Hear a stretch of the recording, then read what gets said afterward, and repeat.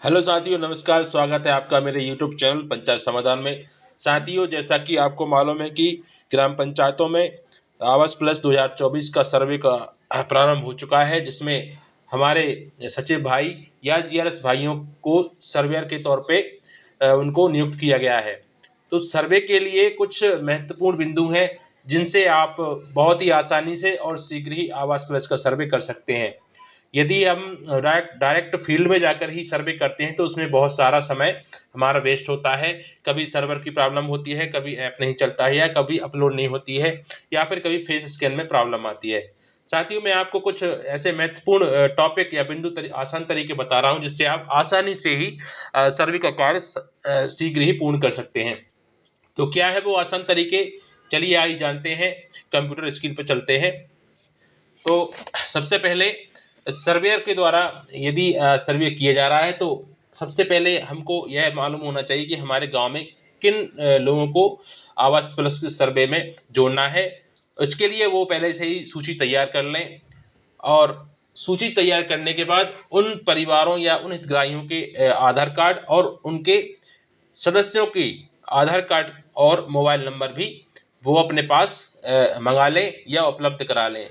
ज़्यादातर हितग्राहियों के आधार कार्ड और परिवार के सदस्यों के आधार कार्ड पंचायत में ही उपलब्ध रहते हैं, तो आप उनसे भी काम ले सकते हैं।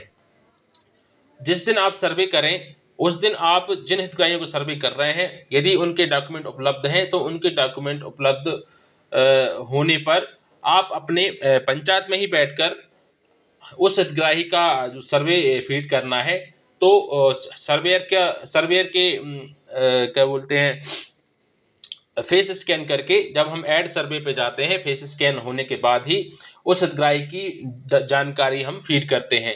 हितग्राही की जानकारी फीड होने के बाद अब हम सदस्य की जानकारी फीड करते हैं। तो सदस्य की जानकारी फीड करने के बाद सेव एंड नेक्स्ट का ऑप्शन आता है, जिसमें हमको सदस्य का फेस ऑथेंटिकेशन करना रहता है।